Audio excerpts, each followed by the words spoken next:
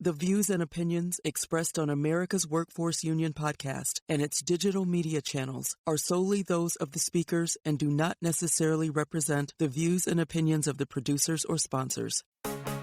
Welcome to the America's Workforce Radio Podcast, the flagship production of the American Workers Radio and Podcast Network, where organized labor and its never-ending fight to protect the rights of the American worker come first. Now, presented by LIUNA, Laborers International Union of North America. Here's your host, Ed Flash Ferens.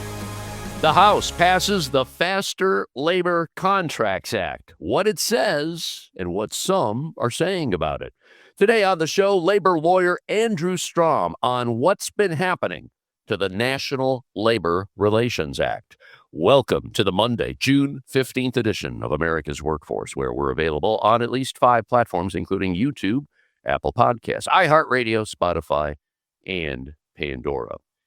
Andrew Strom is our featured guest today. For several years, he's been contributing to the podcast on behalf of the On Labor blog. This is a service of the Harvard Law School. Those of you listening, go to onlabor.org. A lot of stories posted there that I use here on the show. Now, Andrew, he's based in New York City, longtime union lawyer, educated at Harvard, worked for many years at SEIU. He is also an adjunct professor at the Brooklyn Law School.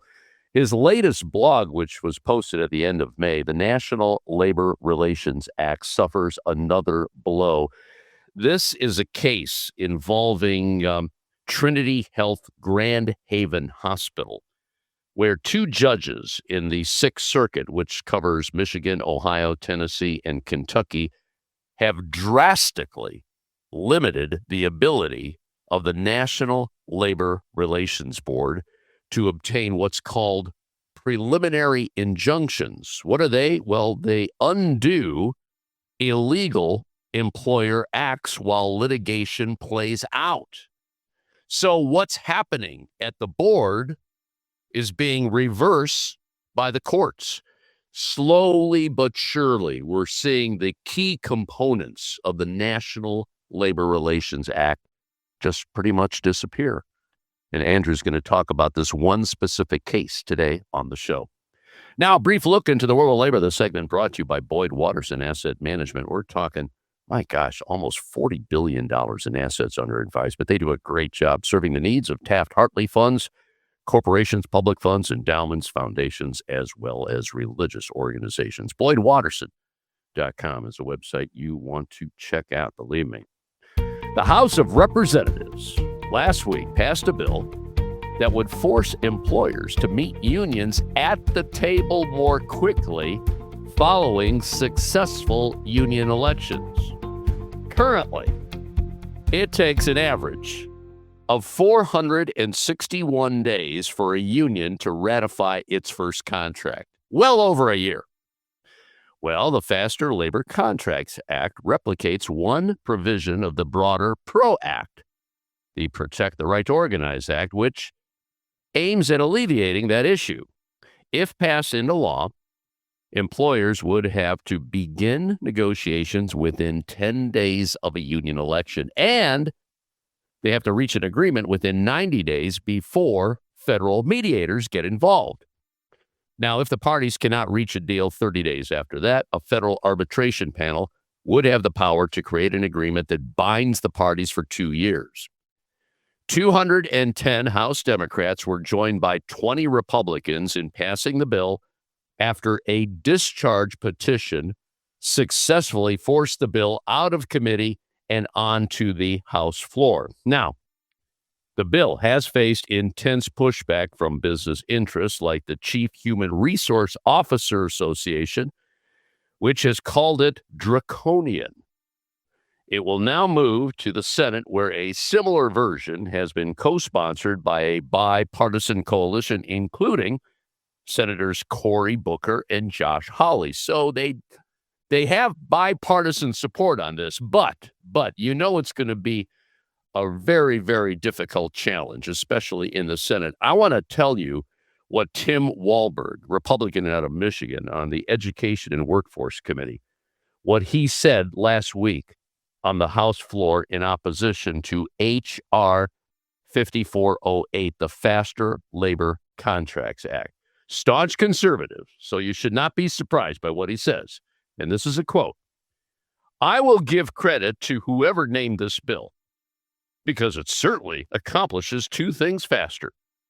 It fast-tracks government intrusion into private workplaces, and it erodes workers' rights faster than we have ever seen before.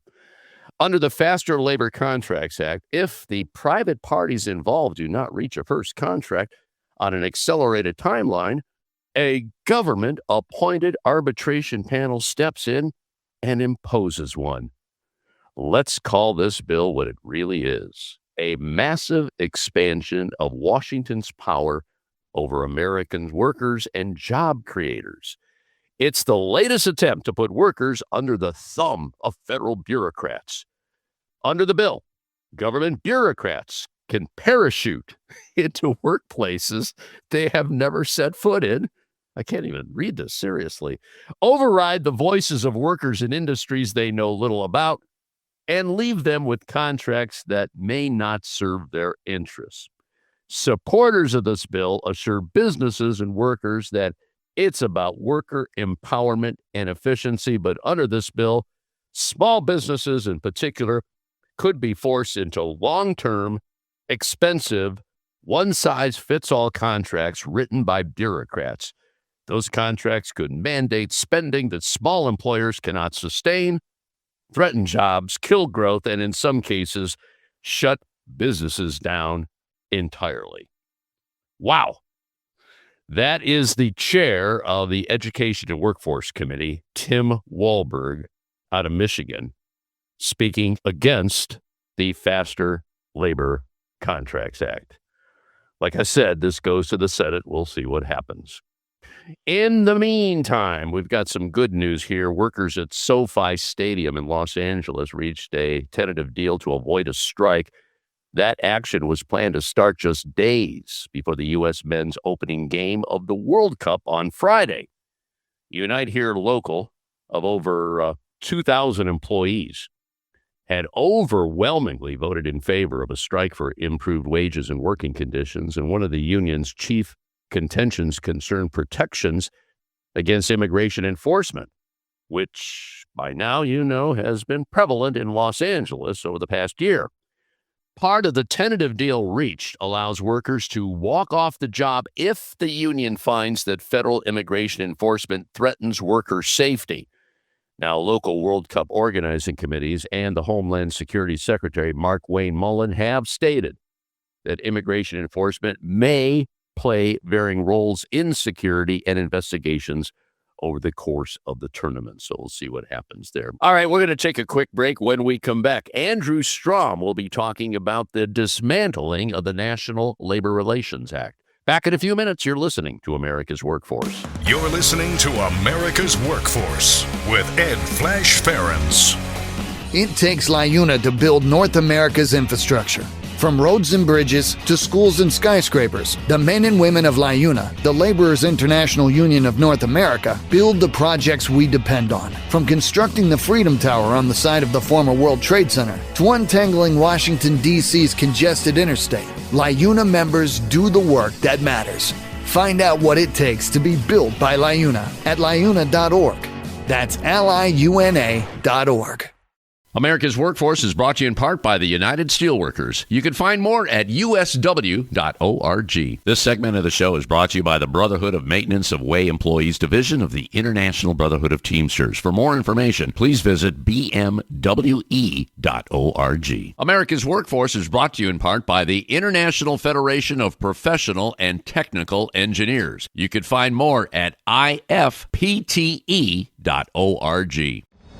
The Heat and Frost Insulators and Allied Workers are proud to be a title sponsor for America's Workforce Radio. The Insulators Union is leading the way in the mechanical insulation industry, fire stopping, and infectious disease control. Regarded as North America's energy conservation specialists, these professionals are known for their professional work and dedication. You can learn more about the Insulators Union at insulators.org.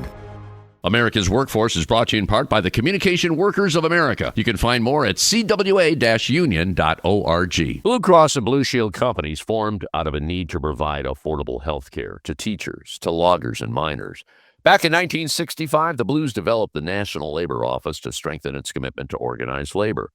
Blue Cross Blue Shield's National Labor Office remains focused on America's workers, advocating for affordable and equitable health care, partnering with strategic alliances to provide industry-leading products and services, and proudly serving more than 18 million unionized workers, retirees, and their families, all working hard for America's working families, for the health of America. You can learn more by following them at Blue Labor on LinkedIn and X, formerly known as Twitter. Now, back to America's Workforce. Here's Ed Flash Ferens. And remember, you can check us out on Facebook or follow us on X, formerly known as Twitter. That would be AWF Union Podcast, AWF Union Podcast. I think the best way to frame this next conversation is the old line, death by 1,000 cuts. I don't know if it's 1,000 cuts, but there's certainly a lot of cuts. We're talking about the National Labor Relations Board, which many, especially the millionaires and billionaires, have been slowly trying to dismantle key parts of the National Labor Relations Act, which goes back to, 1935? It was an act of FDR. Our featured guest today is Andrew Strom. Now, Andrew is a union lawyer based in New York City. He's also adjunct professor of the Brooklyn Law School, and he's our designated labor professor here on America's Workforce. I'm referencing a blog on labor website. This is a service of the Harvard Law School, onlabor.org. The National Labor Relations Act suffers another blow. Andrew, I'm getting tired of talking about this, but this is not good for workers, because this is the agency that workers need to get justification if their employer is doing everything to thwart their union drive. It's never been good, but right now it's not good at all. Talk to me about what's happening here. Yeah, it is. You're exactly right. And the point you made about death by 1,000 blows, I couldn't have said it better myself. I wrote this about a recent decision by the Sixth Circuit Court of Appeals, which is the federal court of appeals that covers Ohio, Michigan, Tennessee, and Kentucky. It was a 2-1 decision, 2 Trump appointees, Chad Wheeler and John Bush, and a dissent by a Reagan appointee. So it's bad when you're getting a dissent by a Reagan appointee saying that the other 2 have gone too far. One of the biggest flaws with the National Labor Relations Act is just how slow it moves. It's a 3-layer process before you can get an enforceable order against an employer. Let's say that an employer fires workers for organizing. The first step is there's a trial before an administrative law judge. The administrative law judge can issue a decision that says absolutely flagrantly illegal firing, put him back to work. Nothing happens. The employer doesn't have to put him back to work. The employer gets to appeal that decision to the 5-member NLRB in D.C., and it usually takes them, unfortunately, about 2 years until they decide those appeals. And during those 2 years, the employer doesn't have to do anything. They can just keep doing whatever it was they were doing before. Then the NLRB issues their decision. The NLRB can say, the administrative law judge, the ALJ, got it 100% right. Still nothing happens. The employer appeals to the Court of Appeals, or if they do nothing, the board appeals to the Court of Appeals to issue a decision. That takes another 2 years. It's only at the end of that process that the employer has to undo whatever illegal act they did in the first place. So it's usually about at least 4 years from start to finish until there's an order getting the employer to undo whatever they did. But the Congress in 1935, they amended this part in 1947, but Congress added a provision to account for this. This section is called 10J, and it allows the board to go to court and seek what's called a preliminary injunction. And I know a lot of people think like that's some legal jargon. I don't understand that term. I don't know what an injunction is. I don't know what preliminary means. What it means is it just means that while the whole process is playing out, in the meantime, the employer has to undo whatever they did in the first place, right? So it's like changing the default. So instead of the default being the illegal act goes on for 4 years while we litigate, it's the illegal act is undone for those 4 years while we litigate. One of the reasons why, Congress talked about this when they put this provision into the law, why they do this is because they recognized that sometimes by the time the 4 years goes by, you can't undo the illegal harm, right? You can't sort of unscramble the egg and put things back. In this case, the Sixth Circuit case is such a perfect illustration of that. It's a case called Kerwin and Kerwin is the regional director for the NLRB, versus Trinity Health Grand Haven Hospital.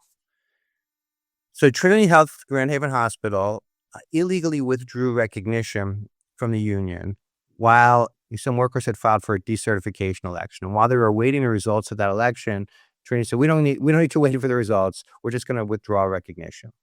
Shortly after that, the NLRB announced the results of the election, and the workers voted overwhelmingly to maintain representation. 89 to 66 vote said keep representation. The withdrawal of recognition is so flagrantly illegal that even the two Trump appointees had to acknowledge that it looked bad for the employer, right? So to get a preliminary injunction, they say it's a 4-part test, but it's essentially a 2-part test. You have to show likelihood of success. In other words, in this case, likelihood that the employer is going to be found to have acted illegally, that the NLRB will succeed in making that charge. And then the likelihood that there will be an irreparable injury if the harm is not undone while the litigation plays out. In other cases, the courts had explained that in a case like this, where an employer withdraws recognition, it's obvious that the harm is irreparable. And that's for 2 different reasons.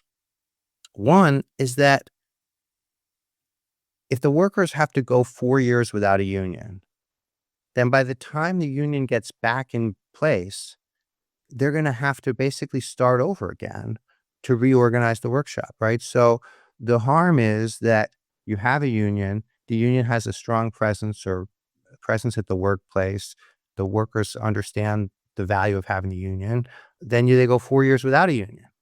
4 years without a union, the union can't just pick up where it left off, right? That's a long time to go. People's memories of workers turn over. A lot of the workers won't even know that there was a union. And you can't just hold it together when people don't have a union for 4 years. But then the other reason why there's irreparable harm is that the workers have been deprived of the opportunity to bargain for 4 years. So that means when Congress passed the NLRA, people forget this, is Congress said, look, there's a reason why we're doing this. Here's what they said. The inequality of bargaining power between employees who do not possess full freedom of association or actual liberty of contract and employers who are organized in the corporate or other forms of ownership association substantially burdens and affects the flow of commerce and tends to aggravate recurrent business depressions by depressing wage rates and the purchasing power of wage earners in industry, right? In other words, if workers can't bargain collectively, wages are going to be driven down, right? Congress made that finding, and the facts have shown that to be the case, right? These right-wing judges, they're so crazily hostile to the idea of unions that they can't even admit that part, right? So in their decision, they say, oh, well, we don't know, maybe the company would offer a better economic package to workers without the union. It's like, right? That's why they're doing this illegal campaign, is so that they can pay more to workers. It's like, the other thing, of course, that the board had said is like, there's also non-economic things that workers get from a union contract, right? They get a grievance procedure. They could bargain over improved health and safety conditions. All of these things, these judges say, well, that can't count as a basis for an injunction, because if we did that, then the NLRB would be entitled to an injunction anytime collective bargaining is disruptive. And it's like, yes, exactly. And there's not a problem with that, right? The courts are often recognize that there's certain categories of harm where you get a preliminary injunction. And the reason you get a preliminary injunction is because, most lawsuits, not every lawsuit, but the majority of lawsuits, one side is seeking money from the other side. The idea is that, yes, it's inconvenient to have to wait for your money, but you get your money 4 years later, maybe you get interest on it, but you still are going to get the money. And so you don't need to give a preliminary injunction today because you're going to get the money in 4 years. But there's certain kinds of harms where money isn't going to make you whole, or you can't measure how much money you've lost. And the courts recognize this all the time. They act like, oh, the NLRB is coming in with this crazy idea that this entire category of cases, you should always get a preliminary injunction. But first of all, the NLRB doesn't always seek a preliminary injunction, but that's what they do. There's a category of cases where a worker signs a non-compete agreement with their employer. And, we could have a whole different discussion another day about how terrible these non-compete agreements are. But if a worker then violates the non-compete agreement, the same Sixth Circuit has said the employer is automatically entitled to a preliminary injunction because you can't possibly measure the harm to the employer from the worker violating the non-compete agreement, right? So that just tells you how dishonest this decision is, right? That here you have a case where workers, if they violate an agreement with their employer, the employer automatically gets a preliminary injunction. But when the employer violates the workers' rights, the NLRB goes in seeking a preliminary injunction. The court's saying, oh, no, they have to prove that it's especially terrible. We have to make it especially hard. This is an extraordinary remedy, and we can't give this out lightly. No one's giving it out lightly. The NLRB at most seeks a few dozen of these a year out of tens of thousands of charges that are filed. But it's a really important deterrent, right? I mean, not just a deterrent, but it's an important remedy and I've gotten a couple of these surprisingly in my career. We had a case where a new cleaning contractor took over from an old cleaning contractor. The old cleaning contractor was union. The new cleaning contractor refused to hire any of the incumbent workers. They made up some ridiculous excuses for why they didn't hire them. The NLRB went in, sought a preliminary injunction, got all the workers back to work, and we ended up getting everybody back their jobs. That's what's supposed to happen. Right. Not wait 4 years. Clearly, the deck is stacked against workers. There's no question about that. Andrew, I'm going to take a break here because what I want to ask you brrought up something that piqued my interest here about the National Labor Relations Act. It seems like it seems to be flawed to some degree. I also want to talk, you heard the term activist judges, okay? I'm just wondering if a lot of these judges are pretty much activists because of the way they're interpreting labor law. Andrew Strom is our featured guest on the show today, and we're talking about a blog on the On Labor website, onlabor.org, a service of the Harvard Law School. The National Labor Relations Act suffers another blow. Back in a few minutes, you're listening to America's Workforce. This is America's Workforce. More shows available at awfradio.com. It takes LIUNA to keep America running.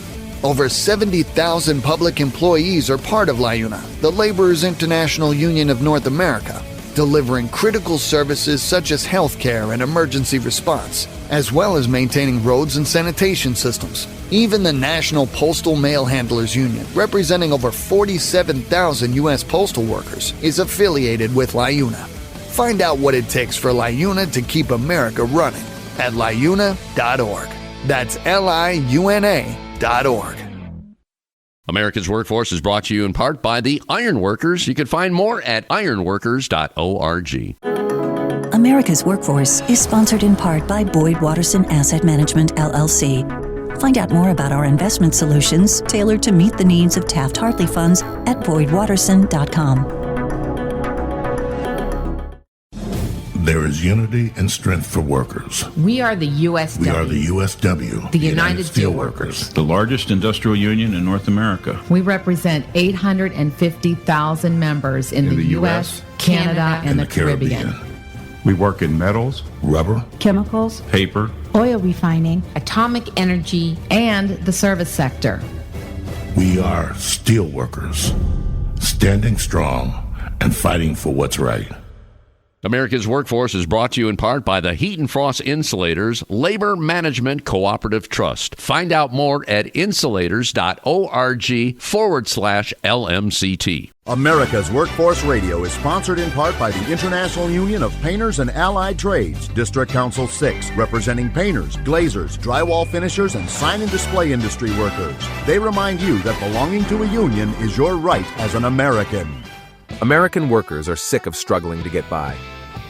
It's time to get ahead.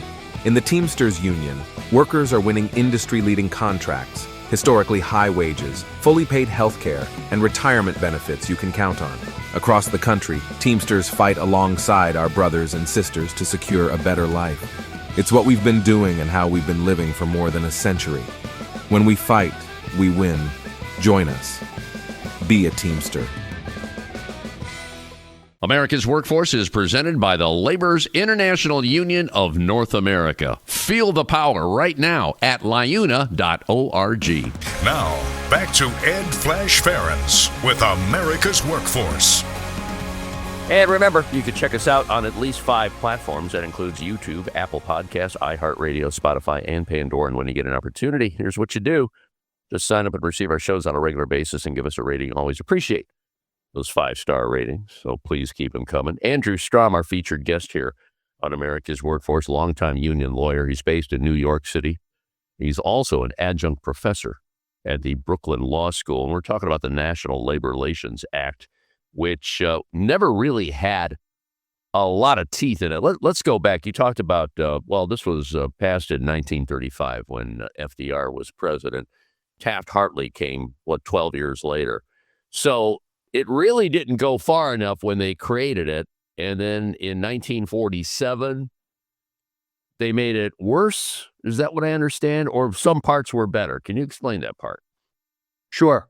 I mean, 1947 Taft-Hartley Act mostly made it a lot worse, right? They added a lot of provisions in there that put restrictions on unions. But as part of the overall package, there were a couple of pieces of it that had addressed some problems, and the main one of them is this preliminary injunction provision. So Taft-Hartley is mostly a terrible piece of legislation, but somehow a couple of little provisions came in. And part of it is maybe that they thought the preliminary injunctions could be used against unions as well as against employers. In fact, what happened was they put in this provision saying that in the case of a union engaging in unlawful secondary activity, the board is required to seek a preliminary injunction. And I think that in response to that, people said, wait a minute, if you're requiring a preliminary injunction, you should at least allow preliminary injunctions in other cases. So I think that's the history of how that snuck in this otherwise terrible set of amendments that passed in 1947. But I think part of it is about why in the 30s, there was almost this sense of optimism. I mean, maybe I'm wrong about this, that we're going to make this stuff illegal and public pressure is going to cause employers to comply with this law, right? That there's going to be a sense of outrage of you're violating the law and workers have these rights. The public will not put up with it if employers are violating laws. And we saw pretty quickly that that wasn't the case, and that you always had some group of employers that are just saying, we're not doing it, make us. Yeah. Andrew, what I've learned over the years, you have the law and then you have the interpretation of the law. And that's what makes this so interesting to talk about. What I'm concerned about is these judges, and there's certain courts that are very far to the right. And these judges obviously do not like unions. And usually a lot of these labor law cases ended up in those various courts. And we know how the U.S. Supreme Court has gone when it comes to labor. But the term activist judges, are they going out of their way? Some of these courts and some of these judges, are they going out of their way to say no to unions, to say you can't do that? In your opinion, what do you think? It certainly feels that way. It certainly feels that when there's a case that involves workers against employers, that there's a certain set of judges that will just twist the law or look for any excuse really to say, we're going to try to put our thumb on the scale against the workers.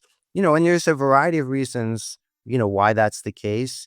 Some of it is just pure ideology. Some of it is what people call implicit bias, right? I mean, a lot of these guys, you look at their backgrounds. Sonia Sotomayor had to apologize for this, but she was 100% right when she called out Brett Kavanaugh. And she said, look at this guy. He was saying, oh, it's no big inconvenience if detained for a few hours.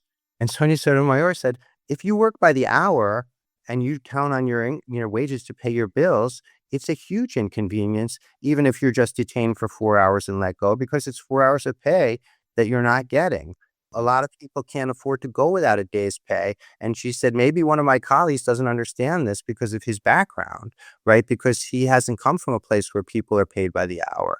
I think that that's really true. I mean, she walked that back a little bit because it's a small group of people and she felt like she had to apologize to him.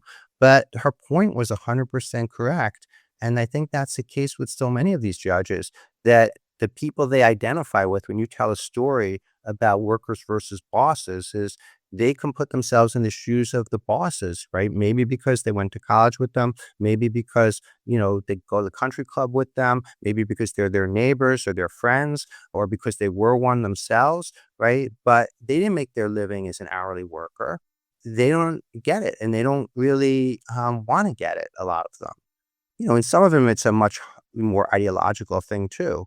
And Trump, for all his phony talk about being on the side of workers, the judges he put on the court are overwhelmingly the most anti-worker, anti-union judges that have ever been on the federal courts. And these two are a perfect example of that. That goes to the line, what you say doesn't really matter. It's what you do. And that's exactly the case here. All right. Andrew, we'll leave it on that note. Andrew Strom, our designated labor lawyer here on America's Workforce, to unwind these decisions. And today we talked about the National Labor Relations Board, which is slowly fading away, it seems. Andrew, you take care, and we'll be talking. I'm sure there'll be more to talk about. You mentioned the non-disclosure agreements. That sounds like a good podcast. Possibly we could do that in the next month or so, okay? Oh, maybe, yeah. All right. And that'll be it for another edition of America's Workforce. Coming up tomorrow, Iron Workers Local 44 in Cincinnati and the remaking of the Brent Spence Bridge. Until then, all of you have a safe and wonderful day. That concludes another episode of the America's Workforce Radio Podcast. Thanks for listening, and be sure to subscribe so you never miss a show. America's Workforce is a production of Labor Tools and BMA Media Group. Find out more information online at labortools.com.